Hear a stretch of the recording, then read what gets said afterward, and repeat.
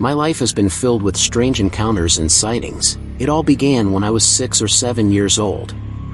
I'll be sharing my first encounter with the paranormal. Our home is a bamboo-built home called a bahay kubo. The side facing the main road is where we sleep.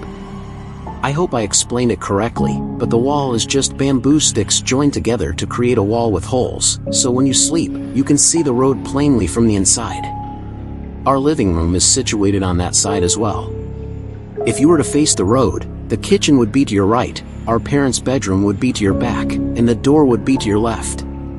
My younger brother and I were sleeping there, with our older sister and brother sleeping close to our parents. I was the one by the bed's edge closest to the road. The woman I thought was standing just outside our kubo a few feet away from me was humming outside when I heard her in the middle of the night. She has a white dress that moves magically. I'm not sure how to explain it other than that it seems to be floating. At first, I was more intrigued than afraid.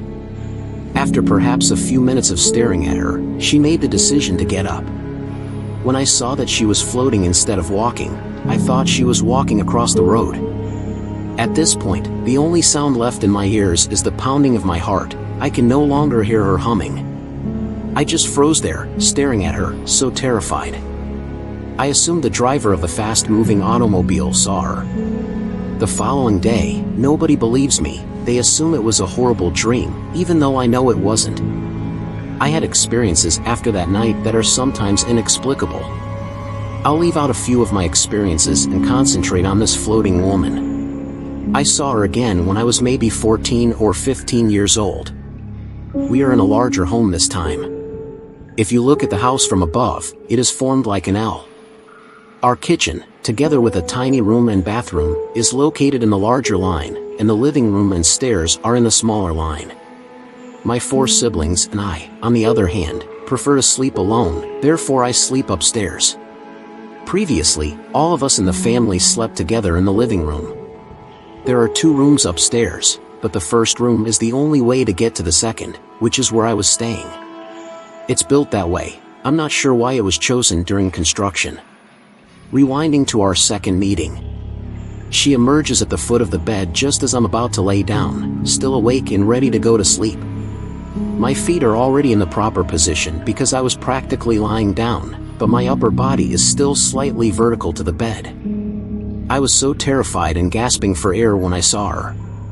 She was sobbing and attempting to communicate with me, saying things like, "Help me, they did something to me." That sort of thing. Sincerely, I just add the missing words since that's how it sounded. It seems strange and stupid, but I genuinely believed I would die there because my heart felt like it had frozen along with my body. I told her that I was having trouble breathing and that she was killing me by displaying herself to me. Between gasps, I managed to convey something to her. Then go back 8 years. I had already started working when one of my coworkers shared her terrifying incident with us at our team lunch. Following her encounter, she claimed to have seen a woman in a white dress standing on the rooftop and referred to the house as haunted.